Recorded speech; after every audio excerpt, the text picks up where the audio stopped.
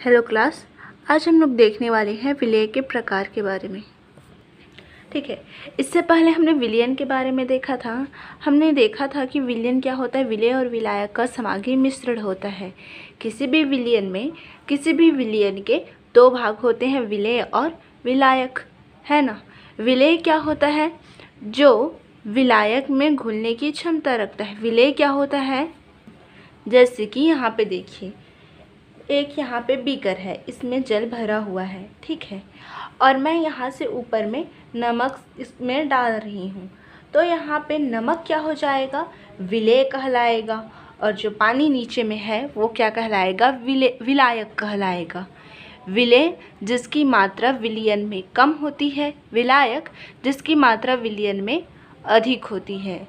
विलय जो विलायक पर घुलने की क्षमता रखता है, विलायक जो विलय को घोलने की क्षमता रखता है। ठीक है, अब हम लोग देखेंगे विलयन के प्रकार के बारे में। देखो, विलय की मात्रा के आधार पर विलयन जो होते हैं निम्न प्रकार के होंगे। इस कौन कौन से प्रकार के होते हैं इसको जानने के लिए हम यहाँ पे एक प्रयोग करेंगे। ठीक है, किसको जानने के लिए? विलयन के प्रकार के बारे में जानने के लिए। मैंने यहाँ पे एक बीकर लिया है, यहाँ पर भी एक बीकर लिया है, इसमें मैंने 100 ml जल को डाला है। ठीक है, इसमें भी मैंने 100 ml जल को डाल दिया है। इसमें नमक और इसमें शक्कर को डालेंगे। ठीक है, तो यहाँ पे देखो, पानी में शक्कर को तब तक डालना है, तब तक डालते रहना है जब तक नमक का घुलना बंद ना हो जाए। उसी प्रकार इसमें इस पानी में शक्कर को तब तक डालना है जब तक शक्कर का घुलना बंद ना हो जाए। तो वह अवस्था या फिर उस समय उस अवस्था को हम लोग कहेंगे, किस अवस्था को? जब यहाँ पे नमक को डाले जा रहे हैं, एक स्थिति ऐसी आएगी कि नमक का घुलना क्या हो जाएगा? बंद हो जाएगा। यहाँ पे क्या होने लगेगा? वो एकत्रित होने लगेगा। तब हम कहेंगे कि वह विलयन एक संतृप्त विलयन है। ठीक है, वह विलयन क्या है? संतृप्त विलयन। अगर संतृप्त विलयन को परिभाषित करना चाहें तो संतृप्त विलयन क्या है? एक निश्चित ताप पर विलयन की वह अवस्था जिसमें और अधिक विलय को घोला ना जा सके, क्या कहलाएगा? संतृप्त विलयन कहलाएगा। एक बार फिर से देखते हैं किस प्रकार संतृप्त विलयन आता है। बीकर लिए हैं, बीकर में जल को रखे हैं, अगर हम लोग उसमें नमक को डाले जा रहे हैं, एक स्थिति ऐसी आएगी कि वो नमक क्या हो जाएगा? घुलना बंद कर देगा। उसे कहेंगे संतृप्त विलयन। अगर इसको परिभाषित रूप में देखें तो संतृप्त विलयन वह विलयन है जो किसी निश्चित ताप पर और अधिक विलय को घोलने की क्षमता नहीं रखता हो। ठीक, यहाँ पर देखो संतृप्त विलयन की परिभाषा। संतृप्त विलयन वह विलयन है जिसमें किसी निश्चित ताप पर और अधिक विलय घोला ना जा सके, क्या कहलाएगा? संतृप्त विलयन। अब हम लोग देखते हैं अति संतृप्त विलयन। ठीक है, अब क्या देखना है? अति संतृप्त विलयन। तो अति संतृप्त विलयन क्या है? अति संतृप्त विलयन क्या है? देखो, संतृप्त विलयन यहाँ पे बना हमारा, है ना, यहाँ पे संतृप्त विलयन बना है। अब क्या करेंगे? यहाँ पे जो विलयन बना है, अब नमक तो घुला नहीं है, थोड़ी कुछ मात्रा में यहाँ पे इकट्ठा है, तो अब हम करेंगे इसको गर्म। किसकी सहायता से? बर्नर की सहायता से। बर्नर जानते हो ना, जिसमें क्या जलाते हैं हम लोग? आग जलाते हैं। और ये बर्नर क्या करेगा? अब इस बीकर को गर्म करेगा, है ना। तो जब इस बीकर को गर्म करेंगे तो यहाँ पे जो नमक था वो तो घुलने लगेगा। ठीक है, जैसे ही घुलने लगेगा हम इसमें 1 चम्मच और नमक डाल देते हैं।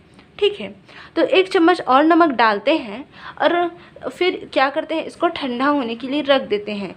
तब हम लोग ये पाएंगे कि जो नमक बाद में 1 चम्मच हमने और डाला था, वो क्या है? उस विलयन में घुलित अवस्था में है, मतलब घुल जाया रहता है।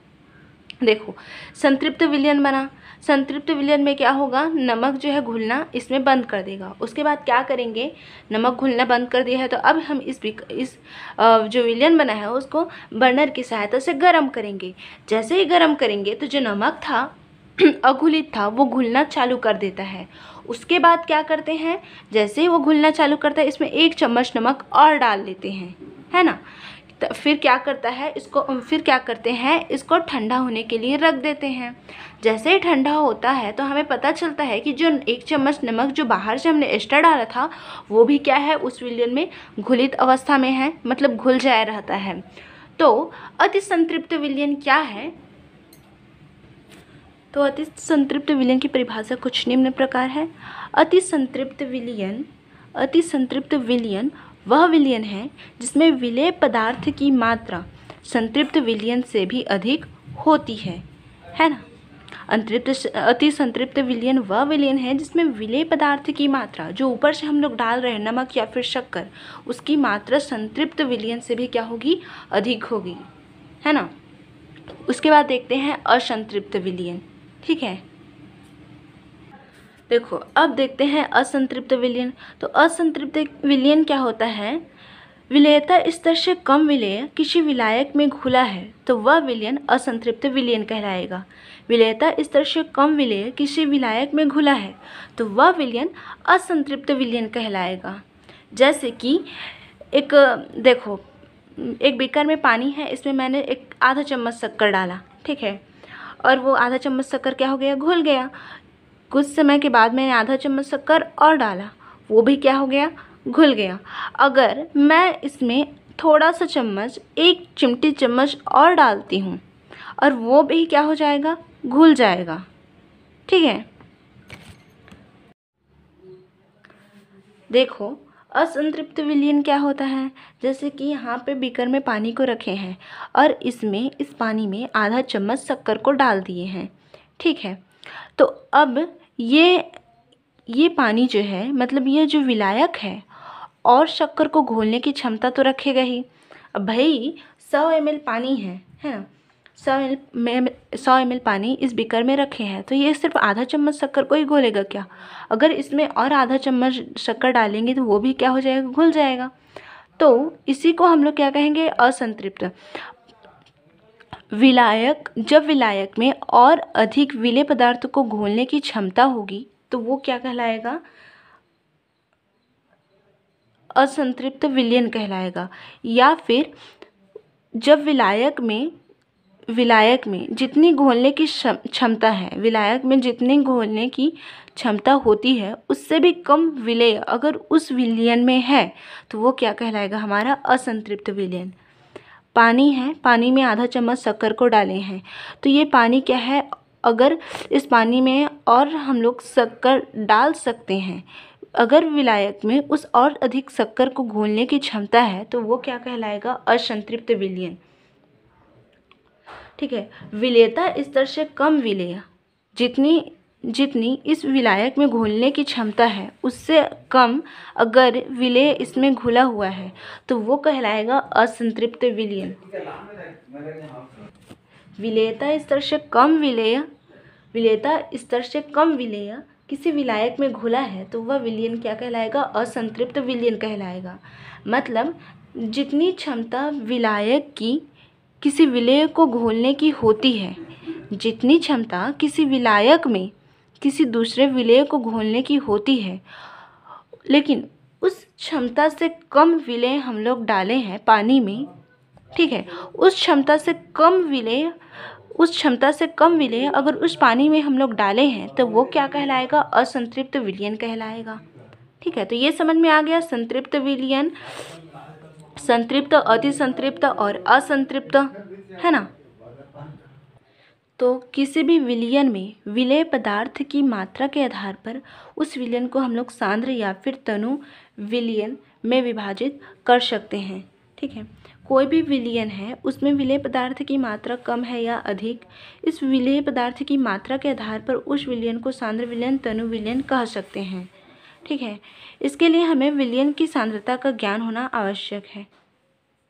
तो अब हम लोग देखेंगे कि सांद्र विलयन क्या है, तनु विलयन क्या है और किसी भी विलयन की सांद्रता को हम लोग किस प्रकार व्यक्त कर सकते हैं।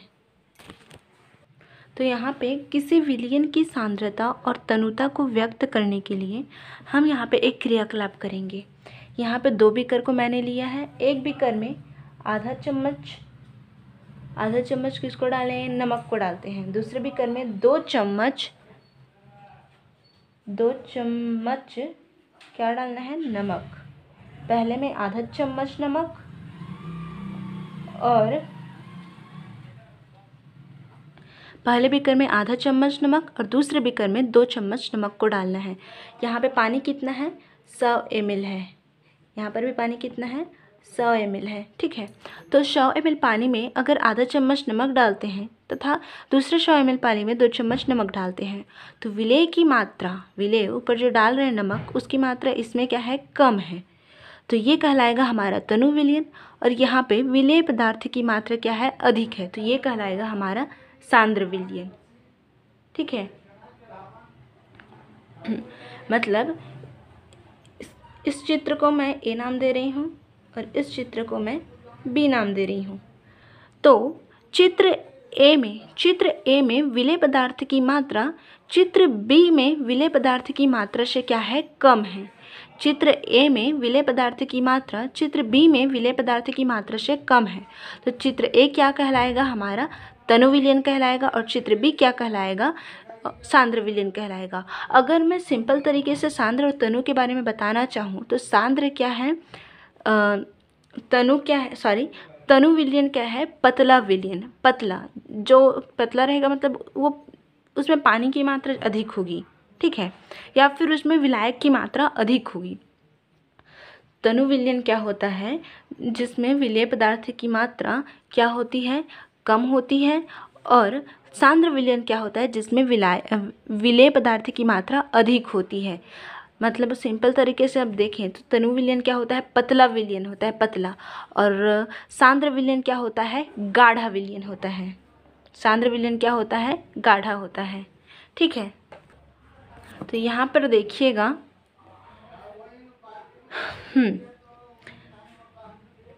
बीकर क में, मतलब जिसको हम लोग चित्र ए माने थे, तो चित्र ए में विलेय पदार्थ की मात्रा चित्र बी के विलेय से क्या होती है, कम होती है। तो चित्र ए क्या कहलाएगा, तनु विलयन। मतलब जिस विलयन में विलेय पदार्थ की मात्रा कम होगी वो तनु विलयन, तथा जिस विलयन में विलेय पदार्थ की मात्रा अधिक होगी तो वो कहलाएगा हमारा सांद्र विलयन।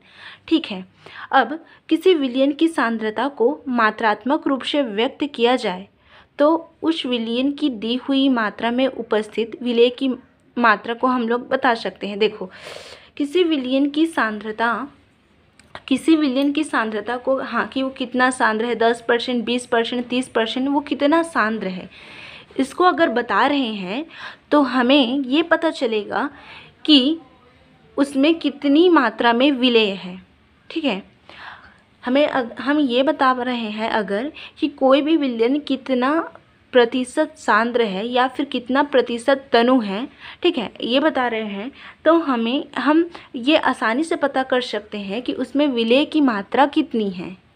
ठीक, तो यहाँ पे देखो, हम अपने दैनिक जीवन में ऐसे कई उदाहरण देखते हैं जिनमें विलयन की सांद्रता का उल्लेख होता है। जैसे दूध के पैकेट को आपने देखा होगा, दूध के 100 ग्राम में 3.0 ग्राम प्रोटीन, 4.7 ग्राम कार्बोहाइड्रेट तथा 3.0 ग्राम क्या होता है, वसा होता है। तो चित्र क्रमांक कितना है, चित्र क्रमांक 4 है। चित्र क्रमांक 4 में दवाई की बोतल, कहाँ है चित्र क्रमांक 4, कोई चित्र क्रमांक 4 नहीं है। तो दवाई की बोतल आदि 20 अवयवों की प्रतिशत में सांद्रता दी जाती है। तो यहाँ पे विलयन की सांद्रता प्रदर्शित करने के हमारे पास कई तरीके हैं। अगर विलयन की सांद्रता को हम लोग बता पाएँ तो हम ये आसानी से बता पाएंगे कि उसमें कितना विलेय है, उस विलयन में कितना विलेय है। ठीक है, तो विलयन की सांद्रता के हमारे पास बहुत से तरीके हैं, जिसमें से एक तरीका यहाँ पर है, विलयन का द्रव्यमान प्रतिशत बराबर विलेय का द्रव्यमान बटा विलयन का द्रव्यमान गुणित 100। अगर विलयन का द्रव्यमान, देखो विलयन का द्रव्यमान प्रतिशत बराबर विलेय का द्रव्यमान बटा विलयन का द्रव्यमान गुणित 100।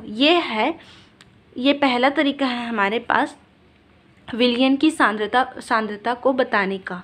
ठीक है, विलयन की सांद्रता बताने का ये पहला तरीका है। तो इस तरीके को अप्लाई करने के लिए हमारे पास एक उदाहरण है, तो चलिए उस उदाहरण को देखते हैं।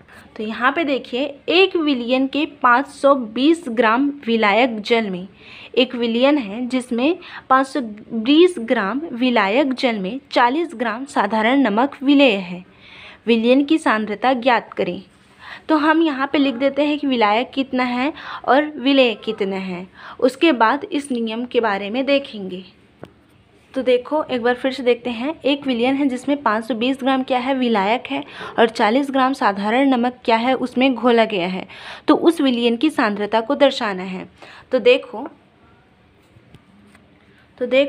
विलेय पदार्थ का द्रव्यमान कितना है, 40 ग्राम है, और विलायक जल का द्रव्यमान कितना है, 520 ग्राम है।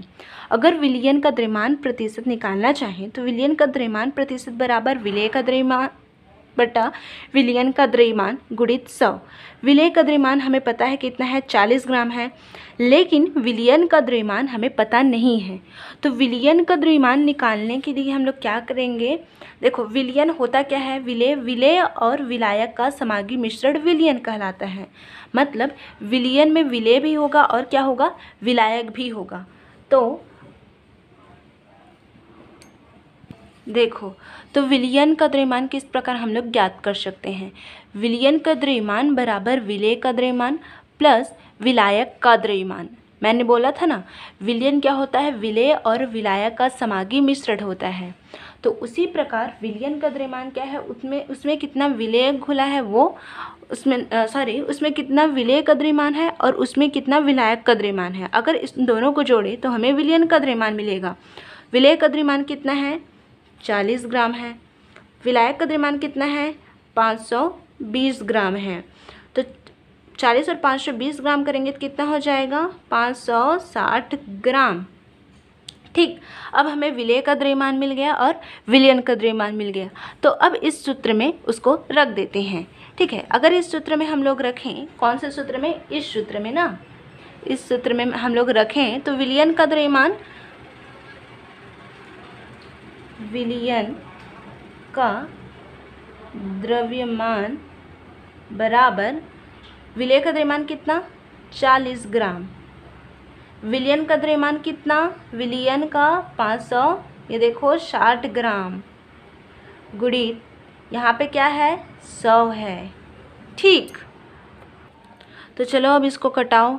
40 ग्राम है, नीचे में 560 ग्राम है और यहाँ पे क्या है, 100 ग्राम है। तो पहले इन दोनों का गुणा कर देते हैं। ठीक, इन दोनों का गुणा करेंगे तो कितना आ जाएगा, 4000 आ जाएगा। तो यहाँ पे 40 और 100 का गुणा करेंगे तो 4000 आएगा। 4000 का भागित 560 से करेंगे तो कितना आएगा, यहाँ पे 4000 और यहाँ पे आया 560। तो अब हम लोग 560 भागित कितना करेंगे, 4000। चलो मैं यहीं पे दिखा देती हूँ। यहाँ पे लिख लेते हैं विलयन। तो यहाँ पे देखो विलयन का द्रव्यमान प्रतिशत, यहाँ पे मैंने गुणा किया और आ गया 4000 बटा 560। तो 560 भागित 4000 करेंगे तो कितना आ जाएगा। चलो इसको करते हैं। अगर 560 का गुणा 7 से करते हैं तो कितना आ जाएगा, ये 3 है ना, ठीक, इतना आ जाएगा। उसके बाद यहाँ पे क्या बच जाएगा, 0, 10 में 2 गया 8 और 10 हो गया, 10 10 कितना, 0 आ गया और यहाँ पे 1 आ गया, तो यहाँ पर ये कैंसिल हो गया। ठीक है, तो कितना आ गया, चूँकि ये संख्या इसके अपेक्षा बहुत छोटी है तो इसके लिए हमें क्या करना पड़ेगा, पॉइंट दशमलव लगाना पड़ेगा। तो ये आ गया 800। अब किसका गुणा करेंगे, 560 का गुणा 1 से करेंगे तो यहाँ पे आ जाएगा 560, 0, 10 में 6 गया 4, 2, 240। अब इसका गुणा किससे करेंगे, 560 का गुणा 4 से करेंगे। तो 4 से करेंगे तो कितना आ जाएगा, यहाँ पे फिर से दशमलव, कितना आएगा,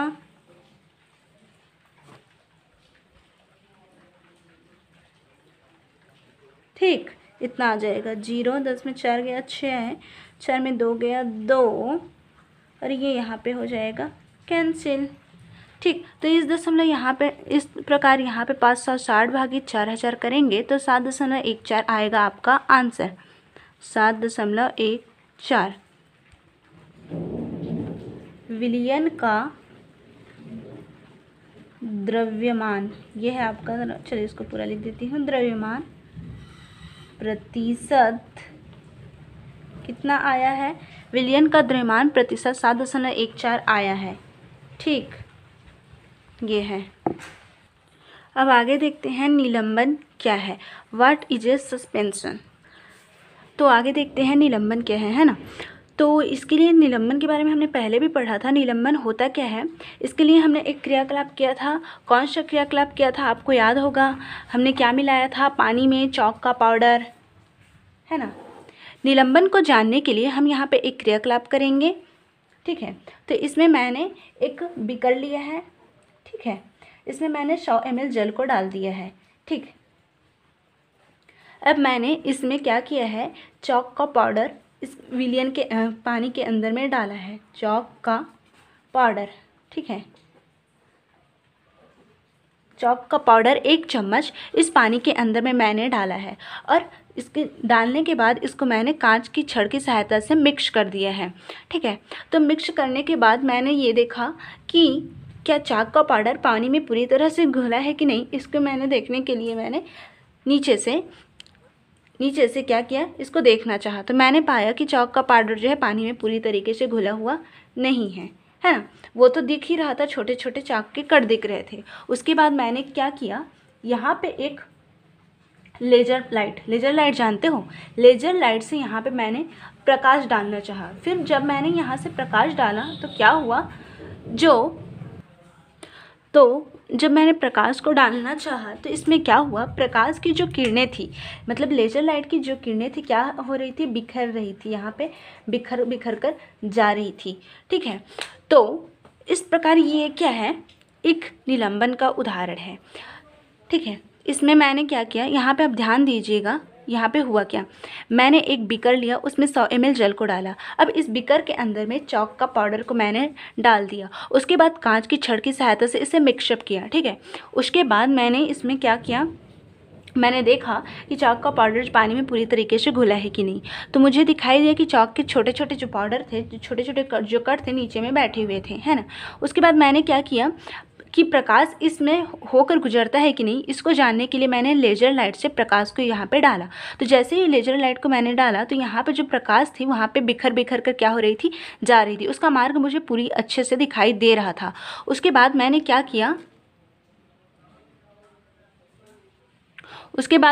किया, मैंने यहाँ पे जो विलयन बना हुआ है उसको मैंने एक छन्ने की सहायता से, ठीक है, एक छन्ना जानते हो, एक छन्ने की सहायता से क्या किया, छान लिया, या फिर एक कीप की सहायता से यहाँ पे जो विलयन है उसको मैंने छान लिया। जैसे ही मैंने छाना तो यहाँ पे जो चाक के पाउडर थे वो यहाँ पे क्या हो गए, इकट्ठे हो गए। ये समझ में आ गया। बीकर लेना है, बीकर में चाक का पाउडर डालना है, चाक के पाउडर को अब अच्छे से घोलना है कांच की छड़ की सहायता से। उसके बाद ये देखना है कि चाक का पाउडर उसमें घुला है कि नहीं, वो देखने से पता चलता है कि चौक का पाउडर इसमें घुला नहीं रहता है। उसके बाद मैंने लेज़र लाइट से प्रकाश डाला तो प्रकाश का मार्ग मुझे अच्छे से दिखाई दिया, प्रकाश यहाँ से बिखर कर जाने लगी। यहाँ पे जो विलयन बना है उसको मैंने छन्ने की सहायता से छान लिया, तो मैंने पाया कि जो चाक के कण है छन्ने में एकत्रित हो गए। अब यहाँ पे निष्कर्ष से ये निकलता है, उपयुक्त क्रियाकलाप से मैंने पाया कि इस विलयन में विलेय के कण विलायक में पूरी तरह से घुले हुए नहीं होते हैं। इस विलयन में विलेय के कण विलायक में पूरी तरह से घुले हुए नहीं होते हैं। विलेय के कण को हम अपनी आँखों से देख पाते हैं। इसमें प्रकाश का मार्ग जो होता है अच्छे से दिखाई देता है। यह विलयन प्रकाश को पूरी तरीके से क्या कर देता है, फैला देता है। इस प्रकार यह एक निलंबन है। तो निलंबन क्या है, इसका उत्तर यह है, निलंबन, इसमें विलेय के कण विलायक में पूरी तरह से घुले हुए नहीं रहते हैं। इसमें विलेय के कण को हम अपनी आँखों से आसानी से देख पाते हैं। इस विलयन में जब प्रकाश को गुजारा जाता है तब ये प्रकाश पूरी तरीके से क्या हो जाते हैं, फैल जाते हैं। ठीक, ये है निलंबन। अब देखते हैं निलंबन के गुण। निलंबन के कुछ निम्न गुण हैं। निलंबन एक विषमांगी मिश्रण है। विषमांगी मिश्रण मतलब इसमें जो विलेय होगा विलायक में पूरी तरीके से सम्मिलित नहीं होगा, मतलब विलेय के जो कण होंगे विलायक में पूरी तरीके से घुले हुए नहीं होंगे। तो निलंबन क्या होता है, इसमें विलेय के कण विलायक में घुले हुए नहीं होते हैं पूरी तरह से, इसी कारण ये एक विषमांगी मिश्रण है। इसमें कण इतने बड़े होते हैं कि उन्हें हम अपनी आँखों से देख पाते हैं और इसमें प्रकाश को फैलाने की भी क्षमता होती है। जब इस विलयन में हम लोग प्रकाश को गुजारते हैं तो वो प्रकाश क्या हो जाता है, बिखर जाता है ना। तो तीसरा गुण ये है कि निलंबन कण का आकार में क्या होते हैं, बड़े होते हैं। इस विलयन में जो विलेय के कण होते हैं तली में क्या हो जाते हैं, बैठ जाते हैं। ठीक है, ये है निलंबन के गुण। निलंबन एक विषमांगी मिश्रण है। इसमें विलेय के कण विलायक में पूरी तरीके से घुले हुए नहीं होते हैं। इनके कण को हम अपनी आँखों से देख पाते हैं। जब इनमें प्रकाश को गुजारा जाता है तो ये प्रकाश को क्या करते हैं, पूरी तरीके से फैला देते हैं। निलंबन के कण क्या होते हैं, तली में बैठते हैं। ये निलंबन के गुण है। जो मैंने अभी बोला है उसको आप लोग अपनी कॉपी में नोट कीजिएगा। अब आगे देखते हैं कोलाइड क्या है। कोलाइड के बारे में हमने पहले भी देखा था, कोलाइड क्या होता है। अब आगे देखते हैं कोलाइड क्या है। इसके लिए हम एक उदाहरण देखते हैं। इसमें हमने क्या किया है, 100 ml जल को डाला है। ठीक है, अब इसमें मैंने थोड़ी 1 बूंद स्याही,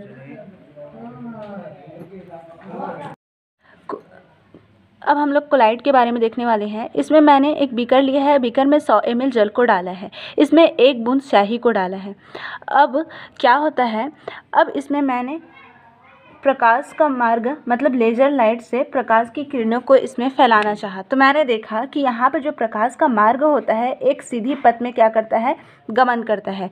और इस विलयन में जब हम लोग प्रकाश को गुजारते हैं तो प्रकाश का मार्ग हमें पूरी तरीके से दिखाई देता है कि प्रकाश किस दिशा में जा रहा है, किस तरफ जा रहा है। ठीक है, तो कोलाइड विलयन क्या है। कोलाइड वह विलयन है जिसमें विलेय के कण विलायक में पूरी तरीके से घुले हुए होते हैं। इस विलयन में विलेय के कण को हम अपनी आँखों से नहीं देख पाते हैं। ठीक है, जब इसमें हम प्रकाश गुजारते हैं तो प्रकाश का पथ हमें दिखाई पड़ता है। कोलाइड विलयन क्या होता है, कोलाइड विलयन वह विलयन होता है जिसमें अवयव के कण को छाना या देखा नहीं जा सकता और ना ही कोई कण तली में बैठता है। इसमें प्रकाश का पथ दिखाई देता है। इस प्रकार के मिश्रण को कोलाइड कहते हैं। ठीक है, इसको आप लोग नोट कीजिएगा। इस उदाहरण को हमने पहले भी बताया था। अब देखते हैं कोलाइड के गुण। ठीक, चूँकि कोलाइड विलयन जो होती है विलयन तथा निलंबन के बीच की अवस्था होती है। कोलाइड विलयन विलयन के और निलंबन के बीच की अवस्था होती है। कोलाइड के जो कण होते हैं निलंबन के कणों से क्या होते हैं, छोटे होते हैं। देखो, निलंबन में हम लोग विलेय के कण को अपनी आँखों से देख पाते हैं, लेकिन कोलाइड में विलेय के कण को हम अपनी आँखों से देख नहीं पाते हैं। अब देखते हैं कोलाइड के गुण। कोलाइड के गुण, इसको आप लोग अपनी कॉपी में नोट कीजिएगा। कोलाइड के गुण निम्न हैं। कोलाइड के कणों का आकार इतना छोटा होता है कि इन्हें हम अपनी आँखों से देख नहीं पाते हैं। इनके जो कण होते हैं तली में नहीं बैठते हैं, मतलब इनको छानकर हम लोग अलग नहीं कर सकते हैं, किंतु इन्हें अपकेंद्रीय बल लगाकर अलग किया जा सकता है। अपकेंद्रीय बल जो बाहर की तरफ लगता है, जैसे कि घरों में दही को मथने से भिगोकर या मिक्सर में घुमाकर मक्खन निकाला जाता है, वो एक अपकेंद्रीय बल का उदाहरण है ना। यहाँ भी अपकेंद्रीय बल के उपयोग द्वारा कोलाइड के कणों को अलग किया जाता है। ठीक, तो पहला गुण ये है कोलाइड का। कोलाइड के कणों का आकार इतना छोटा होता है कि इन्हें हम अपनी आंखों से देख नहीं पाते हैं। इन्हें छानकर हम लोग अलग नहीं कर सकते हैं, लेकिन अपकेंद्रीय बल लगाकर इसे हम लोग क्या कर सकते हैं, विलेय के और विलायक को अलग कर सकते हैं। ठीक, उसके बाद है इसमें कोलाइड में प्रकाश की किरणों को फैलाने की क्या होती है, क्षमता होती है। मतलब कोलाइड विलयन में प्रकाश का मार्ग हमें दिखाई पड़ता है। दूसरा गुण क्या है, कोलाइड विलयन में प्रकाश का मार्ग हमें दिखाई पड़ता है। ठीक, अगला गुण देखते हैं। कोलाइड के कण में प्रकाश की किरणों को फैला देते हैं, जिसके कारण प्रकाश किरण का मार्ग दिखाई देता है। यह प्रभाव टिंडल प्रभाव कहलाता है। इस प्रभाव की खोज किसने की, जॉन डेल्टन नामक वैज्ञानिक ने की। कोलाइड के कण प्रकाश की किरणों को आसानी से फैला देते हैं, जिसके कारण प्रकाश की किरण का मार्ग हमें दिखाई देता है। यह प्रभाव क्या कहलाता है, टिंडल प्रभाव कहलाता है। हमने देखा ना इस उदाहरण में, जो कोलाइड होते हैं वो क्या करते हैं, प्रकाश की किरणें को फैलाते हैं, जिसके कारण प्रकाश का मार्ग हमें दिखाई पड़ता है। ये जो मार्ग हमें दिखाई पड़ता है, तो इस प्रभाव को हम लोग क्या कहेंगे, टिंडल प्रभाव। कोलाइड के कण में प्रकाश को फैलाने की क्षमता होती है, जिसके कारण प्रकाश किरण का मार्ग हमें दिखाई पड़ता है। इस प्रभाव को कौन से प्रभाव कहेंगे, टिंडल प्रभाव कहते हैं। इसको भी आप लोग कोलाइड के गुण में लिख सकते हो। पहला गुण कौन सा है, इसमें विलय के कण विलायक में पूरी तरीके से घुले होंगे, इन्हें हम अपनी आंखों से नहीं देख पाएंगे।